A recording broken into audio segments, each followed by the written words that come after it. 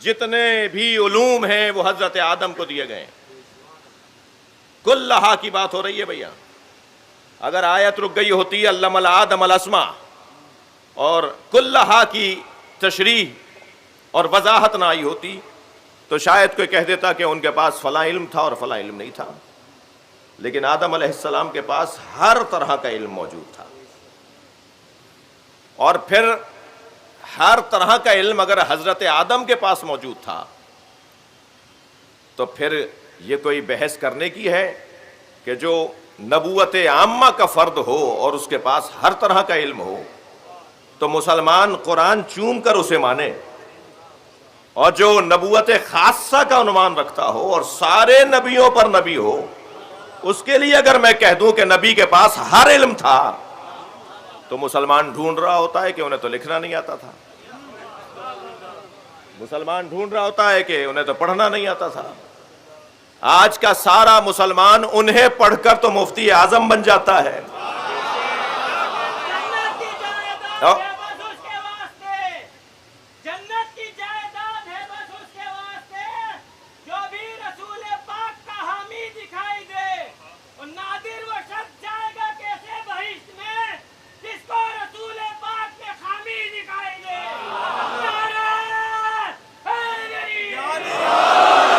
لہذا حضرت آدم کے پاس جب کلھا ہر علم ہے تو آدم علیہ السلام کو فرشتوں نے سجدہ ہی اس لیے کیا تھا. سنگین بات کرنے جا رہا ہوں، اللہ کرے منتقل ہو جائے. حضرت آدم علیہ السلام کو فرشتوں نے سجدہ ہی اس لیے کیا تھا کہ آدم کی پیشانی میں نور مصطفیٰ تھا. صلوات پڑھیں محمد و آل محمد.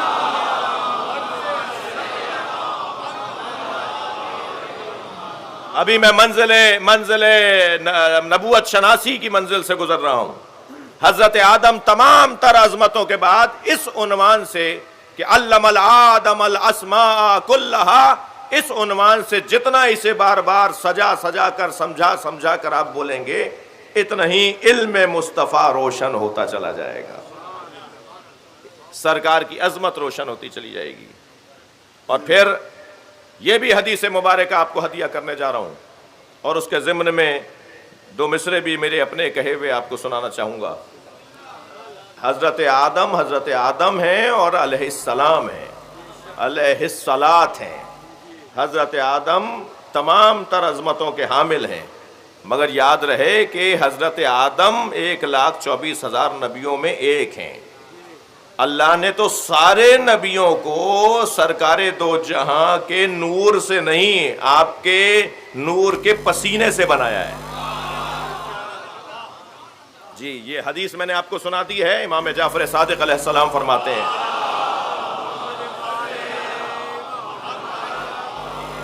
یہاں جس پسینے کی بات کر رہے ہیں وہ بدن کا پسینہ نہیں ہے، وہ نور کا پسینہ ہے، اس لیے کہ جس پسینے کی بات ہو رہی ہے اس وقت حضرت کا بدن خلق نہیں ہوا ہے. جی میں محتاط ہوں، جانتا ہوں مجھے کیا بولنا ہے.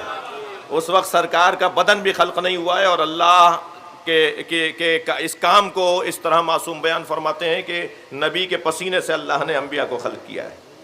جی مجھے پچھلے دنوں ایک نعت کہنے کی توفیق ہوئی تو میں آپ کو 2 مصرے اپنے ہی کلام کے 2 مصرے سنا رہا ہوں کہ عرق جبین سے لے کر نبی بنائے گئے.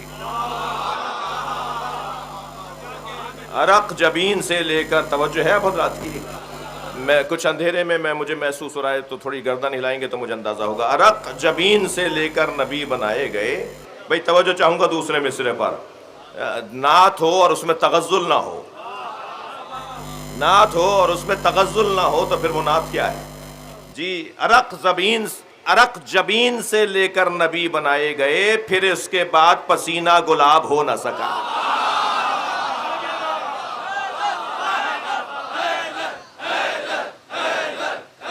بلند تر صلوات پڑھیں گے نبی کے ذات.